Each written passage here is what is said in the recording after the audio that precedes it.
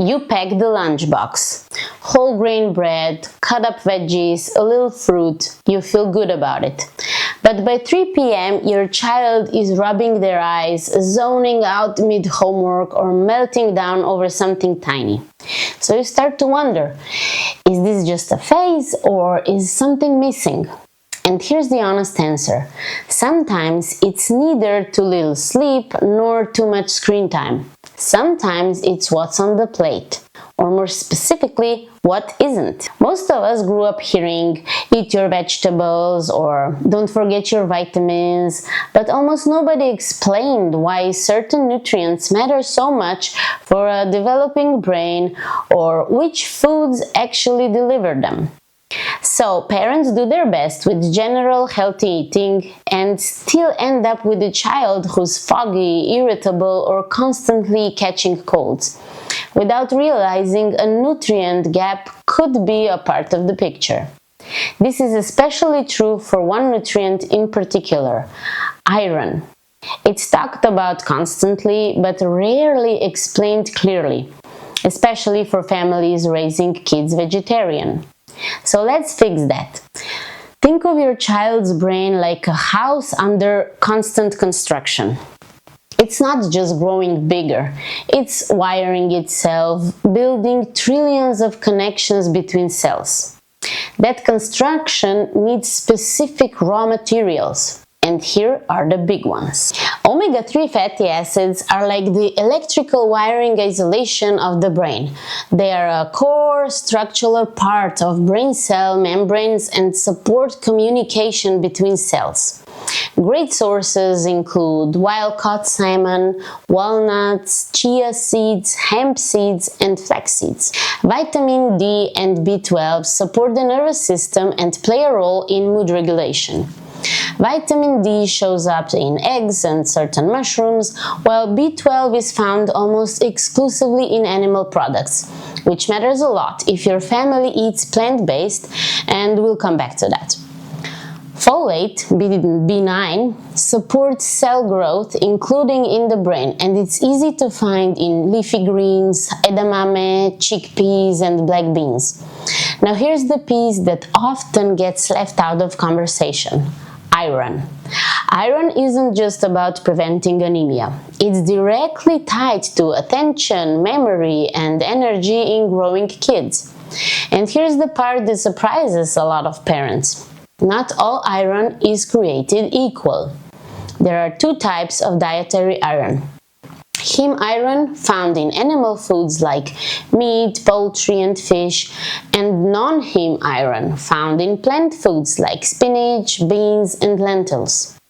Think of it like two different keys trying to open the same lock. Heme iron is a key that fits smoothly. Research shows the body absorbs roughly 15 to 35% of the heme iron it takes in, and that absorption isn't much affected by what else is on the plate. Now, non-heme iron is a trickier key. Studies estimate non-heme iron absorption at around 17% or less, and it's heavily influenced by other foods eaten at the same meal.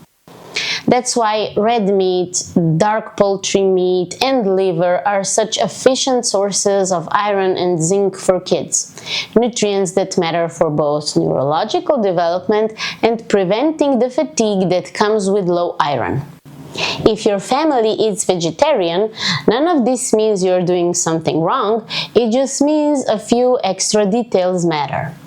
First, watch out for the fake meat trap.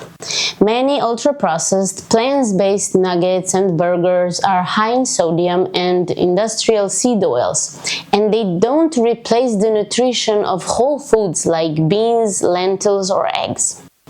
And second thing, plant iron sources contain phytates, natural compounds that bind to minerals like iron and zinc and make them harder to absorb. This is simply plant biology, not a flaw in your child's diet. And the fix is simple. Pair plant iron with vitamin C. a squeeze of lemon on lentils, bell pepper strips alongside beans, or strawberries after a spinach-based meal, they all help the body absorb more of that iron. And finally, B12 deserves a real attention in vegetarian and especially vegan diets, since it's naturally found almost only in animal products. Fortified foods or a targeted supplement, ideally guided by your pediatrician, is the most reliable way to cover this gap. So here's what you can start doing today. Add one iron-rich food to a meal your child already eats. A lentil soup, scrambled eggs with spinach, or a bean quesadilla. Pair plant-based iron with vitamin C source at the same meal. It's a small habit with a real impact. If your child is vegetarian or vegan, talk to a pediatrician about B12, whether through fortified foods or a supplement. And instead of chasing perfection, aim for variety across the week. No single meal has to do everything. If you want a simple way to keep track of info like this and other aspects of health and easy everyday swaps, I've put it all together in my free family health guide linked below. Your child's brain isn't built in one perfect meal. It's built in small, steady choices you make, meal after meal, week after week. You're already paying attention, and that matters more than you know.